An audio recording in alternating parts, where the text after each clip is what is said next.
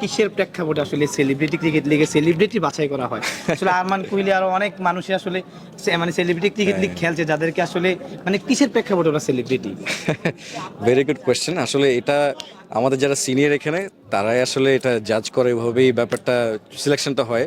So আসলে আমি নিজেও দেখেছি এখানে অনেক প্লেয়ার, আমিও অনেক মানুষকে চিনি না, বাট হয়তো বা আমাকেও চিনি না, আমি অত বড় সেলিব্রিটি না, আমিও ছোট মানুষ কিন্তু খেলছি আর কি। সো বাট আমি বলবো যে এই ব্যাপারটা নিয়ে একটু কনসার্ন আই গেস নেক্সট টুর্নামেন্টে হবে সবাই, বিকজ এবার একটু এই ব্যাপারটা একটু মেসড আপ হয়ে গেছে আমি মনে করি। বাট আসলে ঘুরে ফিরে তো এখন দেখা যায় আসলে এখন তো যেটা বেশি মানুষ চোখে দেখতে পছন্দ করে ওইটাই ওনাদেরকে আসলে বেশি প্রায়োরিটি দেওয়া হয়। যেরকম আসলে একটু আগে যার নাম বললেন, কি বললেন, হ্যাঁ, তো ওনাকে আমি আমরা একটা ক্লিপ দেখেছিলাম, উনি একটু কোহলির মতো দেখতে আই থিঙ্ক, হ্যাঁ।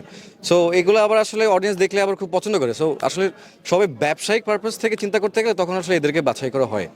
এই ওভারঅল তো সবকিছু তো এখানে উই হ্যাভ আ মানে প্রফিট হিয়ার, সবকিছু ইভেন দ্য অর্গানাইজার সবকিছু। সো আই গেস এটা একটু ফিল্টার করবে নেক্সট টাইম। আচ্ছা, আমরা দেখেছি যে সালমান মুক্তাদির একটা মন্তব্য করেছে যে তাকে নাকি জানানো হয় নাই, বা অনেক সেলিব্রিটি কিন্তু জানেই না যে আপনার এটা অর্গানাইজেশন যে আয়োজনটা করেছে। তো এটা কিভাবে দেখছেন? সে মন্তব্যটা এমন ভাবে করেছে যে তাকে নাকি জানানোই হয় না, বা সে কি জানেই না। এটা খুবই দুঃখজনক, কারণ আসলে অনেকে হয়তোবা জানতে না পারে, অথবা অনেক ব্যস্ত ছিল, বা হয়তোবা যোগাযোগ করার ট্রাই করেছে, যোগাযোগ করতে পারেনি, বা অনেক ধরনের প্রবলেম হতে পারে। বাট আই গেস এরকম একটা বড় ইভেন্টে সবাইকে যোগাযোগ করা উচিত, সবাইকে ইনভাইট করা উচিত, যার যখন যে সুযোগ সুবিধা বুঝে টিমে খেলা উচিত। যেহেতু সালমান মুক্তাদির কিন্তু একজন স্টার, অবশ্যই অবশ্যই, সেক্ষেত্রে তার এই মন্তব্যটা অনেকে ডেফিনেটলি, অনেকভাবে নিচ্ছে। হ্যাঁ হ্যাঁ। সো এটা শুধু নট জাস্ট সালমান ভাই, এখানে আই গেস অনেকেরও সেম কমপ্লেন করার জায়গাটা আছে।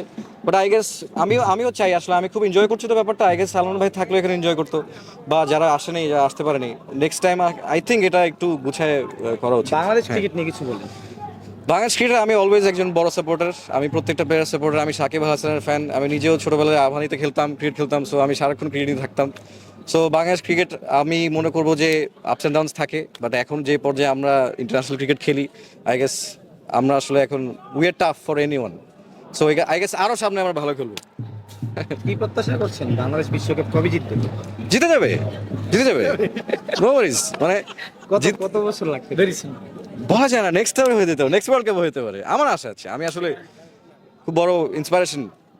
একটু গান গান বাংলাদেশ ক্রিকেট নিয়ে please। বাংলাদেশ ক্রিকেট নিয়ে গান গাবো, এটা কি কি গান অন্য গাবো বলেন? কিছু anything, বাংলা ওই যে আচ্ছা। জ্বলে উঠছে বাংলাদেশ কিংবা anything।